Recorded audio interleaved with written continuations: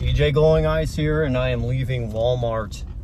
Had a very lovely trip there. Saw all of my friends. What would be a good thing to put out into the world? Something that could actually, someone could get some actual nuggets of wisdom out of what I have to say or think about. And it's this: what I did after getting out of high school. What happened after I graduated high school, at least the first year.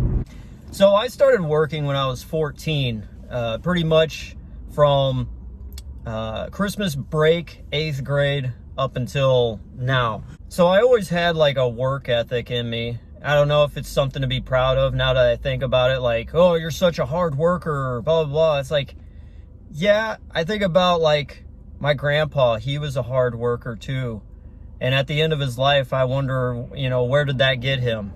Not very far, really, in the grand scheme of things. I do feel like hard work is good. Good work ethic is good, but you got to have some smarts with it as well. So right there, that's some wisdom. Think. Always keep your mind working on something. Don't just like get a job, makes you work hard, but you get that paycheck and that's it the rest of your life. Like, always, while you are working some job, keep your brain moving and working in some other way that could like get you to a next better level of life. So throughout high school, I was working a bunch of different like jobs. I get off of school, I'd run through rallies real quick, get 2 big Bufords. That was horrible. I should have been aware of my diet, but at the time, I really wasn't being told, hey, you need to eat this. Hey, no, you really need to focus on eating these right things so you're sharp, blah, blah, blah. It's like, no, like my whole brain was just mush. I had a brain fog. And life was very kind of bleak. Like the future after high school was like, I don't know what to do. You know, I always seen all those like movies where the father's always like preaching on the son about, oh, you need to go to Princeton, son. You need to, like, there was nothing like that. It was more or less, hey, once you graduate high school, you turn 18, whatever, get a job so you can move out. And that was basically it, which is good advice, but to really set yourself up for a better future is, anybody can just get a job and start working and move into some little rat hole of an apartment and just live like that. That's such a horrible, hellish existence. And I lived it, you know?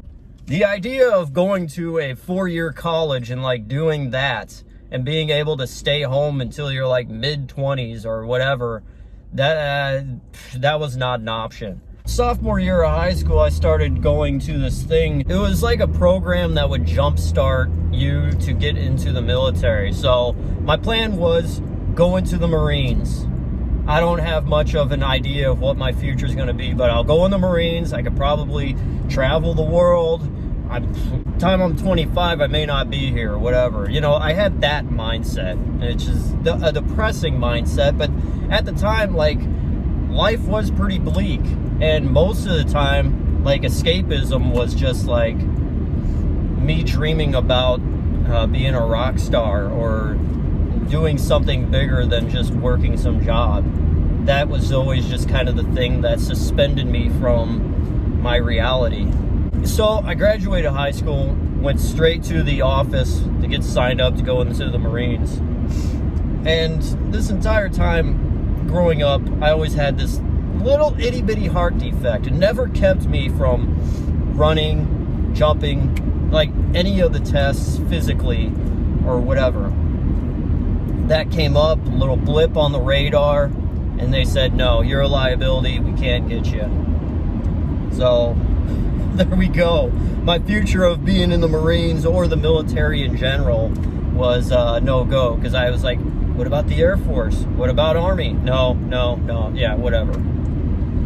So I was back to square one. It was August after the summer of me graduating, and I remember hearing on the radio this place that was a broadcasting school, and I was like, well, I guess I could be on the radio. My mom was sitting there at the computer. She was like, what are you gonna do? You know, you gotta do something. I'm like, oh, okay, I'm working, you know, these jobs. I was working 3 jobs at the time, but I was still living at home because every job paid $6 an hour, whatever. And I know some people that, you know, their dad helped them get a career in whatever field they worked at, and, you know, they were fine. But for me, it was, my dad didn't own a business or anything like that, so it was just, all right, fill out applications. Hopefully you get hired at this place, start at the bottom, and if you work hard, you just may become the next Bill Gates. Yeah.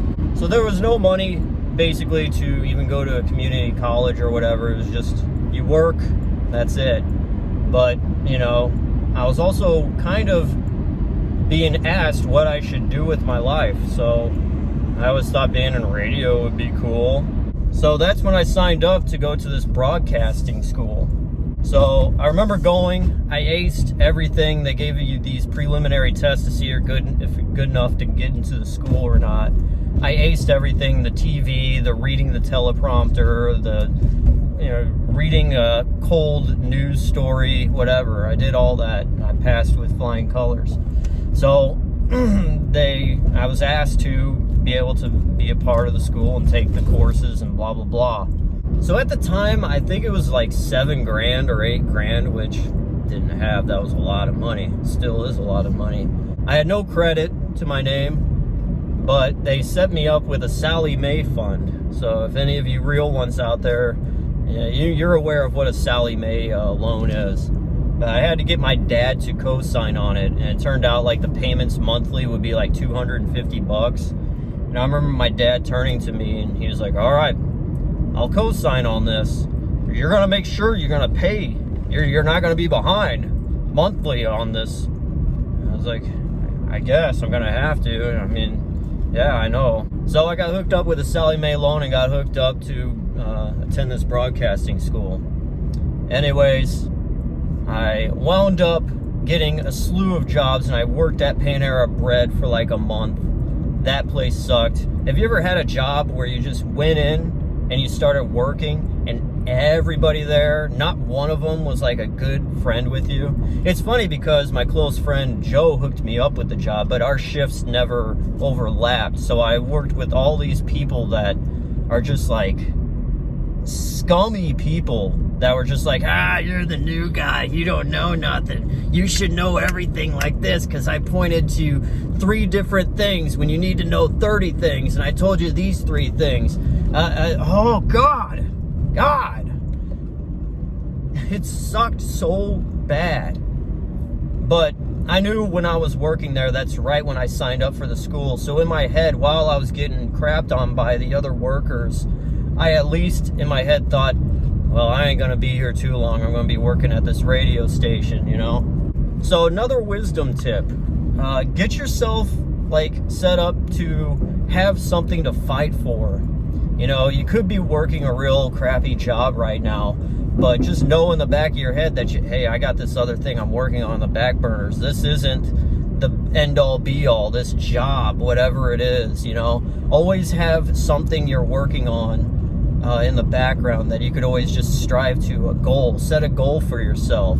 Something that could like just keep your brain from just going insane working some job making sandwiches. So anyways, I got done working that job and I got hooked up in February of 2006 working at the steel fabrication plant. They more or less specified in like stainless steel sinks that would go on Navy ships or whatever.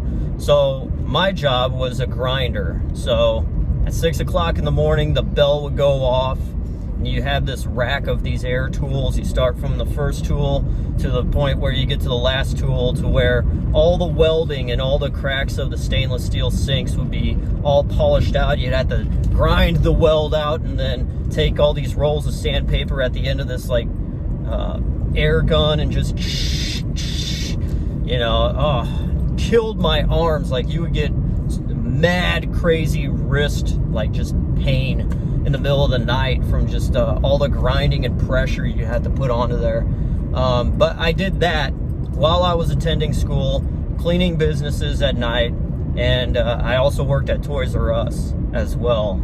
So at the beginning of 2006, I had Toys R Us, the steel fabrication plant, which was a full-time job Monday through Friday. And then I also cleaned at night as well. And then I went to broadcasting school. And yeah, I just did that until I graduated broadcasting school in the summer of 2006. It was only like a year thing, program. And they gave me 2 job prospects. One was for $13,000 a year. The other one was for $20,000. Now I chose the $13,000 a year one because it was 150 miles away from my home. I could actually drive and make it home, you know. But the other job was like in Wyoming, which was 1,000 miles away, 1,200 miles away, for $20,000. Even back then, that wasn't anything. That was peanuts. Now, I remember the guy at the broadcasting school telling me, no, the pay isn't sexy. I know the pay isn't sexy, but I'm like, when I signed up to get this job, I was promised like a job that would be $18 an hour starting off. That was a joke. That was a big joke. Yeah, maybe if you had the right connections, maybe if your uncle was a program director at, you know, the New York City radio station, you get hooked up pretty fat. But if you're just some nobody, some schlub, and you got your Sally Mae loan and went to broadcasting school, you take that 13 grand a year job and you like it, brother. I worked that job for about 1.5 years at the radio station, and I quit.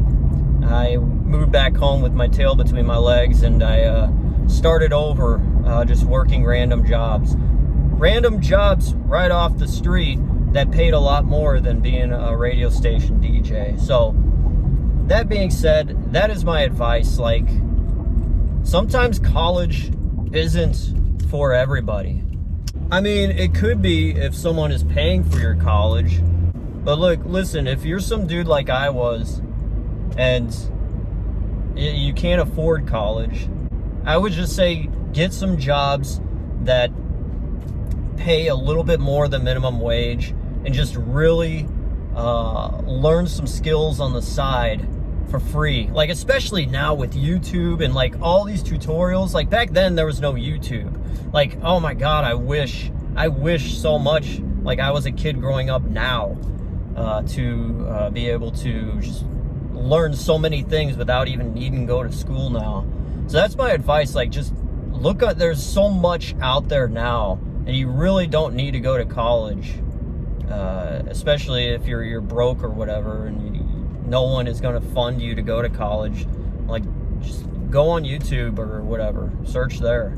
But anyways, that is my somewhat depressing tale of my first year after high school, what happened. And yeah, it's been real, brother. Yeah, it's very real. See you guys later.